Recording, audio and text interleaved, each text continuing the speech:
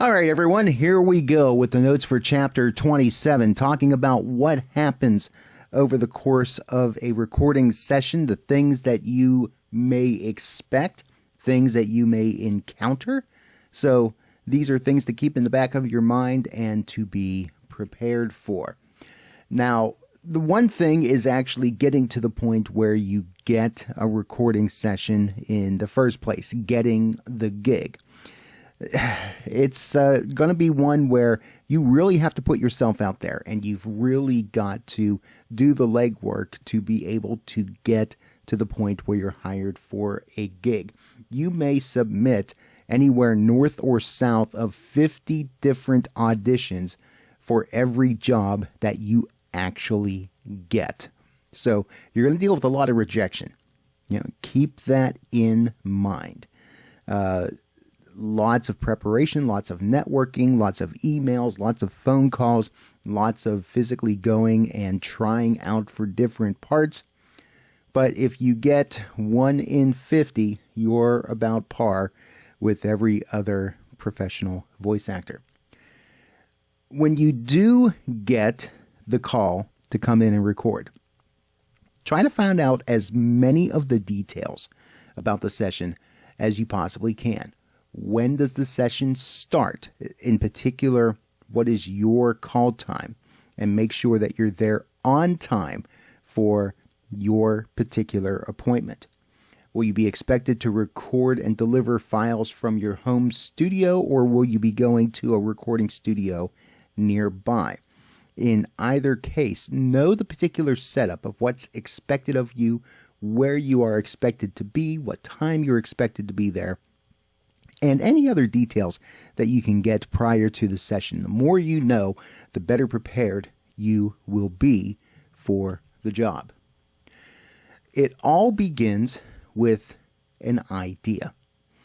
The whole aspect of a production, from the very beginning right off to the end.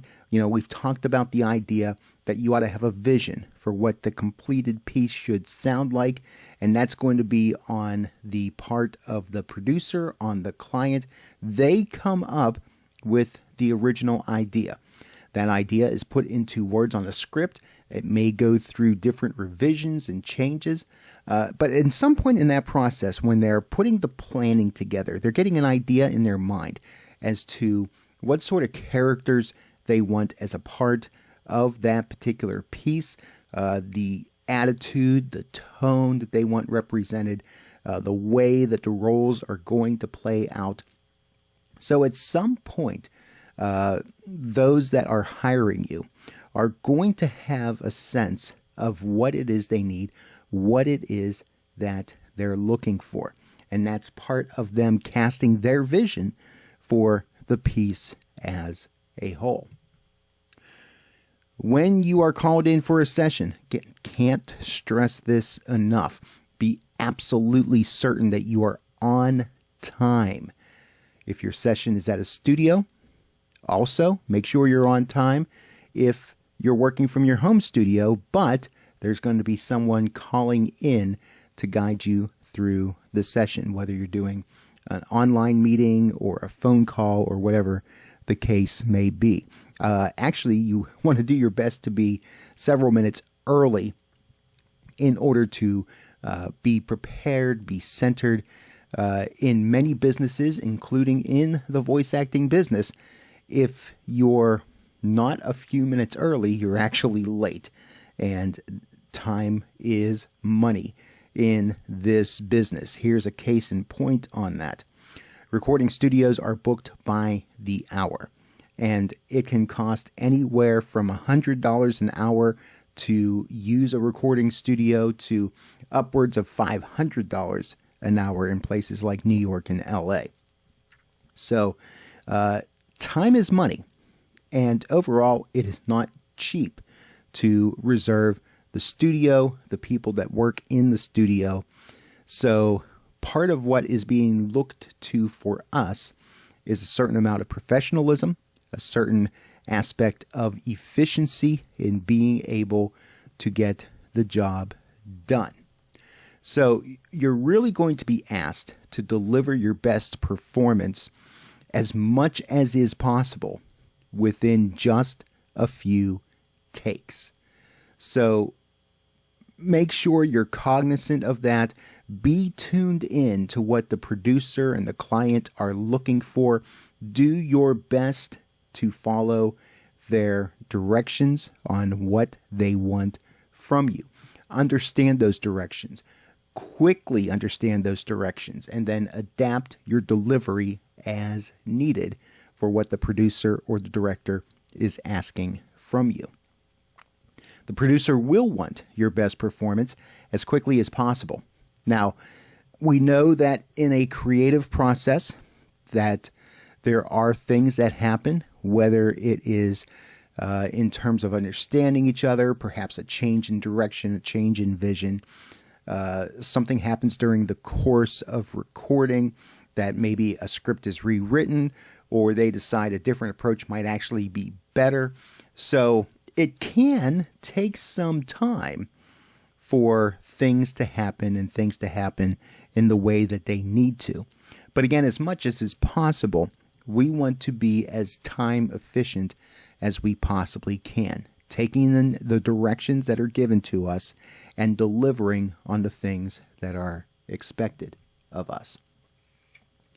When working with producers and directors and writers and clients, again, we need to be able to perform efficiently. And that can be a challenge at times, depending on the personality of the people that you're working with. Every producer is going to have his or her own unique directing style, and sometimes personalities can clash. Sometimes a producer or director may use a word or a phrase, and it means something distinct to him or her. You might interpret that differently. So there is a learning curve. Do your best to not let a producer frustrate you. If a producer gets a little testy or impatient or upset, you just have to do your best while you're in there to follow direction, to deliver on what is asked for. And then when you're done, leave quietly, leave politely, thank everybody for the opportunity. And then when you're sure no one else is watching, and you're far enough away from the studio, if you want to let out a couple of cuss words or punch a wall or something like that, that's on you. But while you are in the space with them, everything has to be strictly professional. You need to be as flexible as you possibly can be and do your best to do it all with a smile on your face. Now, sometimes you don't have just the director or the producer or the engineer in the studio with you. You might have a lot of different voices that are trying to communicate with you. Different people that represent the client may be part of listening into the recording session and offering different types of feedback. The whole idea of several cooks trying to produce something that's in the pot at the same time, and how that can be disastrous at times. The best thing you can do in a situation like that is to choose one person in the control room to whom you will listen to for direction. And most of the time, that person you should choose is going to be the producer that is handling the session, I should say, because the producer is going to have that overall sense of what the finished product should look like and sound like. They understand the vision for the piece. So when others chime in with their opinions and thoughts, they may actually be working against the producer that is able to see the big picture. But that doesn't keep people from spouting their opinions and thoughts. So when someone else presses the talkback button and gives you some direction, you need to be able to bring control back to the person that you chose. Allow the interruption to happen, be polite when it happens, but then refer to your chosen director for confirmation or for further comment. Any of you that have ever been part of a wedding, and you can imagine, especially if there's a lot of different elements to the wedding ceremony, and if especially you've ever been to a wedding rehearsal, you may notice that there are several friends and family members that have a role in that wedding ceremony, or you have extended family members that are sitting in the seating area and kind of watching what's going on, and they feel like they can give their feedback on whatever is happening. But whoever the minister or the officiant is for that wedding ceremony, they would be really smart if they set ground rules in such a way that the only person that he or she took direction from is the bride. Because the bride generally is going to have the best overall vision for what she expects on her wedding day. And anybody else's opinion in that scenario, frankly, just doesn't matter. So same thing here. You want to choose one person. Usually it's going to be the producer. Make sure you're only taking direction from that one person for the sake of consistency and for the sake of realizing the overall vision of the final product. So let's talk about different types of sessions and setups and script formats. The first session we're going to talk about is called a demo session. This is for a project that has not yet been sold to the client.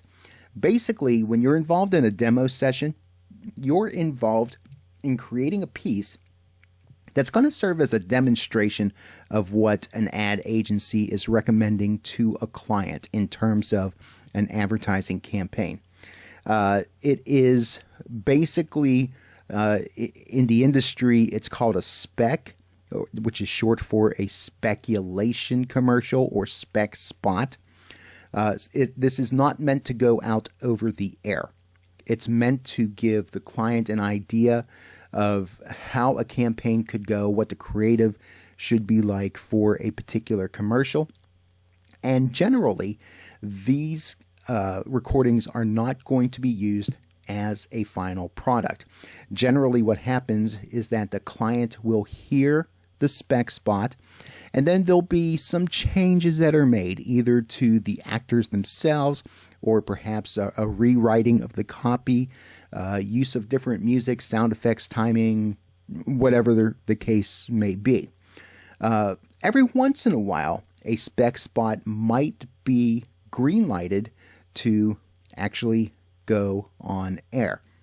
So if that happens, then that demo session that you were a part of then becomes a regular session where you would get paid normal, regular commercial rates for the spot that you did.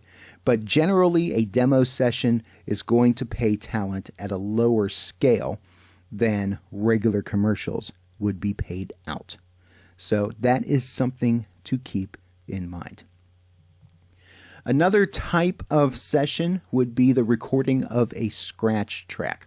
Scratch tracks are similar to demos in the sense that they're the preliminary form of a commercial. Generally, the script has been approved in this case, but basically what's happening here is that there's logistics that go into how the script is written, and this is especially going to be true if this is being done for a video component.